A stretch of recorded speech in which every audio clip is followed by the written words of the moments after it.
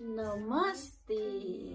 धेरै दिनपछि आज चाहिँ हामी आएको छौँ दिदी बहिनी, किनभने त्यस्तो प्रब्लम थियो नि त, त्यही भएर हामीले भिडियो ल्याउन सकेनौँ, सरी है।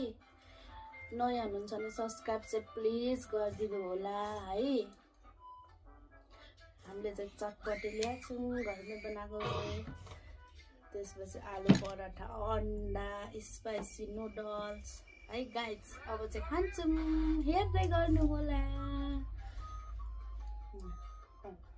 यो पहिला खाउँ ल, किनभने सलिन्छ।